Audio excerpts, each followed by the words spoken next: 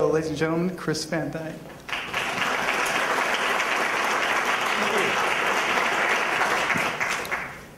It's quite an honor to be here with, I sat through the morning session, heard some of the other speakers, so I can actually skip a lot of things that people presented on who have far more expertise than I do. But I was having just a little story, my own personal kind of epiphany convergence story. I was just having lunch with a friend in a place with tablecloths, and I realized that the first time I'd been in this building was when West Side Story played here. And I don't know if any of you saw that. It was fabulous. I mean, just what had happened to this building and its use was amazing. And I realized the last time I'd given a presentation was a few weeks ago, and being in startup mode, it was a banquet-style presentation, and I was sitting at the table as I was being introduced, and they're going through the biographical information, and just before they say our speaker today, I looked down, my fly was open. And I'm sitting at this table, the tablecloth, so I very zipped up my fly, no one saw it. I stood up, I'd zipped the tablecloth into my pants. Everything went flying off the table, so I'm thinking, okay, this is just too many things going on here, similarities, I don't want to go there. The presentation I'm going to give today is going to be a little different than what you've heard before, because I am the CEO and one of the founders of a startup in Portland called Nau. And some of you may have heard of it. Most of you probably have not. Nau is a customer direct technical outdoor and sportswear apparel company. And the genesis of the company was really about 2.5 years ago when 10 people from the apparel industry came together, from Nike, Adidas, Patagonia, North Face, a real who's who list of companies, people with 20, 25 years experience who decided to start from scratch. And I already lived in Portland, but most of these people quit jobs in Ohio, New York, California, and moved to Oregon, took a cut in pay. Is this working? Yeah. Is it asleep? Yeah. Good. Came here at a reduced pay, at high risk. We had raised very little money to start this company called Nau. And I think the unifying factors that brought these people here is really shared passions around a number of things. First of all, our collective belief that business and corporations in particular had a greater responsibility than simply generating wealth, that we also had a corresponding responsibility to our community and to the environment. Kind of a novel notion. We kind of joked around the office that Adam Smith was half right. The invisible hand thing, you create a lot of wealth and the good stuff just happens. We don't believe that. And we think, we all believe that our times are changing and there's a cultural shift going on where that really no longer works. We all shared a love of the outdoor experience. We all had been in large companies and dealt with legacy systems. But we all really believed there was a better way. So a startup was the way for us to do it. We had a clean whiteboard and literally designed from the ground up every practice, every policy, every part of the business, and challenged all the traditional ways business was done. So what I want to do today is kind of tell a story a little bit before I get into the particulars that are relevant to the issues around convergence, just to provide a little bit of context to why we've done what we've done. This is very much a case study. We've been in business for 5 months, so have me back in 18 months and I'll tell you whether all the stuff I talk about today works or not. But it is an experiment because we are doing a number of things very, very differently.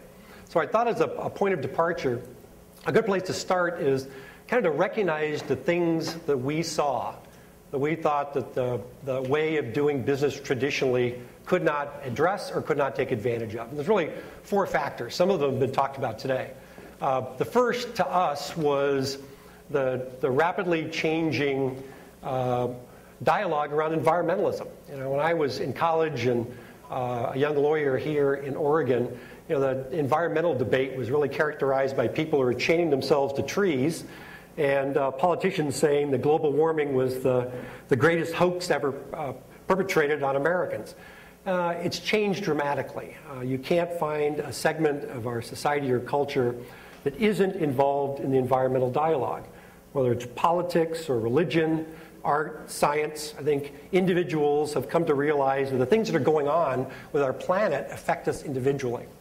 And so there's a very different tone and awareness around the issues and people's personal involvement. We saw that as something that's been changing rapidly, particularly in the last 18 months. The second part, which I really don't need to dive into because I think it's been covered, is the rapidly changing and evolving media environment and the technologies associated with that. Without going into what people I think have covered really well so far, for us, the things that were really significant was, one, the ability of the new tools of mass communications to be a great equalizer. We are a startup, an apparel startup. How do we compete with the companies that have the budgets like Nike in the very successful, powerful Zoom campaign to get people's attention in this crowded media environment? And the tools that are available today, which I'll talk about more, really provided a leveling of that field, that you don't necessarily need the resources to create the buzz, to create the energy, to create the stories. But just as importantly, what the new media environment meant to us, I think, was best described by Thomas Friedman, who said, we live in a time not just of living in glass houses, but living on a glass microscope slide. That there's a whole new transparency around how we do business, what we do, whether what we are saying is really authentic, whether we're walking the talk as businesses and corporations. People know what you're doing. And that can be an incredible hurdle, or it can be a great opportunity for a truly authentic company that is walking the talk. The third is kind of connected very much to the second, and that is this major value shift that we're seeing in the way people are living their lives. People are making different values-based decisions about where they live, where they work, the car they drive, the food they eat, the television they watch, and no longer, from a consumer standpoint, good product, good prices just doesn't cut it. Consumers are pulling back the curtain, and they're exploring how businesses are conducting their business. What are their factory practices? How do they pay their employees? What are their products made out of? If they're made offshore, how are the workers being treated in those factories? What is the company doing in the way of philanthropic work? And we think people, our consumers in particular, are voting with their wallets. And connected to the changes in mass media, people know the companies that are doing truly good work are actually living up to the values they espouse. And the fourth thing, which I'm going to spend a lot of time on today, is just the growth of e-commerce. For someone who's been involved in the apparel and sports business for a long time, we have listened to all the predictions that e-commerce was going to change the way people shopped in bricks and mortar retail. And it just hasn't happened. Now, our customers are shopping differently. And people, particularly who are shopping for apparel, will go online. I'm sure all of you do this. You'll do some research about a product. You'll go into a store because apparel is very personal. You want to try it on. You want to look at it. You want to touch it. Then you hurry home and you go on the internet and you search for the best deal. And no one has found a way to take this discontinuity, this shopping behavior, which is very common. And I'm sure there's probably not a person in the room who hasn't done that. But no one has figured out a way to capture that in a shopping experience that reflects how people are using these two channels interchangeably. So I'm going to talk a little bit about those factors and how they relate to the business. There are, just to talk about the business a little bit, and I'll get into some of these other things in a minute, really kind of three things that we're doing really differently. There's a number of sub-stories around those, and in a question period I'd be happy to talk about those. But the first is, unlike every other apparel company in the sports apparel business, we are selling directly to our customer. There's no middle person. There's no wholesale. So when Adidas, for an example, makes a product, sells it to Foot Locker, they sell it to you.